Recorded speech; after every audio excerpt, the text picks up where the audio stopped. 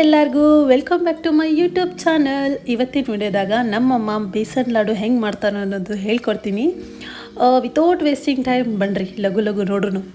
First ಕಡಲೆ ಹಿಟ್ಟನ್ನ ಚಂದಂಗೆ ಸಣ್ಣಗೆ ಹಿಡ್ಕೋಬೇಕು. ಸಣ್ಣಗೆ ಹಿಡ್ಕೊಂಡ್ಮೇಲೆ ಈ ಥರ ಬರಬೇಕು. ಚಂದಂಗೆ ಸಣ್ಣಗೆ ಹಿಡ್ಕೊಂಡು ಅದಕ್ಕೆ ಫಸ್ಟ್ ಡ್ರೈ ಫ್ರೂಟ್ಸ್ ರೆಡಿ ಮಾಡ್ಕೊಳ್ರಿ. ನಿಮ್ಗೆ ಯಾವ್ದು ಇಷ್ಟ ಎಲ್ಲ ಹಾಕೋರಿ. ನಾವು ಗೋಡಂಬಿ, ಬಾದಾಮಿ, ದ್ರಾಕ್ಷಿ ತೊಗೊಂಡಿವಿ. ಅದಾದ್ಮೇಲೆ ಒಂದು ದೊಡ್ಡ ಬಾಂಡೆ ಒಳಗೆ ತುಪ್ಪ ಹಾಕ್ರಿ. ಈ ತುಪ್ಪದ ವಿಶೇಷ ಏನಂದ್ರೆ ಇದು ನಮ್ಮಮ್ಮ ಮನ್ಯಾಗ ಹಾಲಿನ ಕಿಣಿ ತೆಗೆದು ಮಾಡಿದ ತುಪ್ಪ. ಮನೆಗೆ ಸ್ವಲ್ಪ ಹಾಲು ಹೆಂಗೆ ತೊಗೊತೀರಿ ಹಂಗೆ ಬರ್ತೈತೆ ಕಿಣಿ.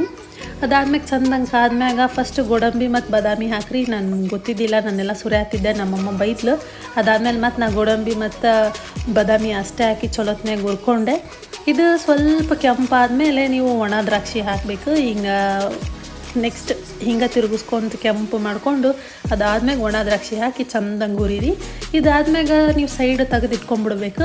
ತುಪ್ಪಕ್ಕೆ ಈ ಕಡಲೆ ಹಿಟ್ಟನ್ನು ಹಾಕಬೇಕು.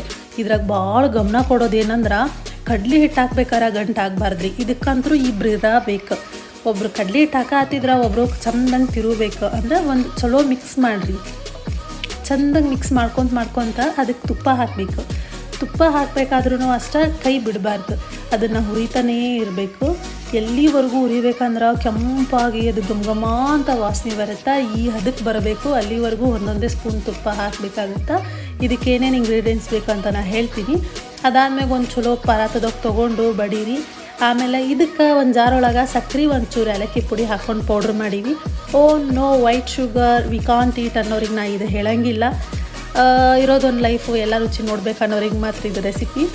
ಅದಾದಮೇಲೆ ಶುಗರ್ ಪೌಡ್ರ್ ಹಾಕಿದ್ಮ್ಯಾಗ ಏನು ನಾವು ಡ್ರೈ ಫ್ರೂಟ್ಸ್ ಹುರ್ಕೊಂಡಿಟ್ಟಿದ್ವಲ್ಲ ಅದನ್ನು ಹಾಕಿರಿ. ಇದಕ್ಕೇನು ಭಾಳಿಲ್ಲ. ನಾವು 1 kg ಕಡಲೆ ಹಿಟ್ಟಿಗೆ 3/4 kg ಸಕ್ಕರೆ ಹಾಕಿದ್ವಿ. ಆಮೇಲೆ ತುಪ್ಪನೂ ಅಷ್ಟೇ 1/4 kg ಬೇಕಾಕೈತಿ. ನೀವು ಇದನ್ನು ಎಷ್ಟು ಮಾಡ್ತೀರಿ ಅದಕ್ಕೆ ಸ್ವಲ್ಪ ರುಚಿಗೆ ತಕ್ಕಷ್ಟು ಹಾಕ್ಕೊಂತು ಹೋಗ್ಬೋದು. ಇಷ್ಟೇ ಹಾಕಬೇಕಂತೇನಿಲ್ಲ.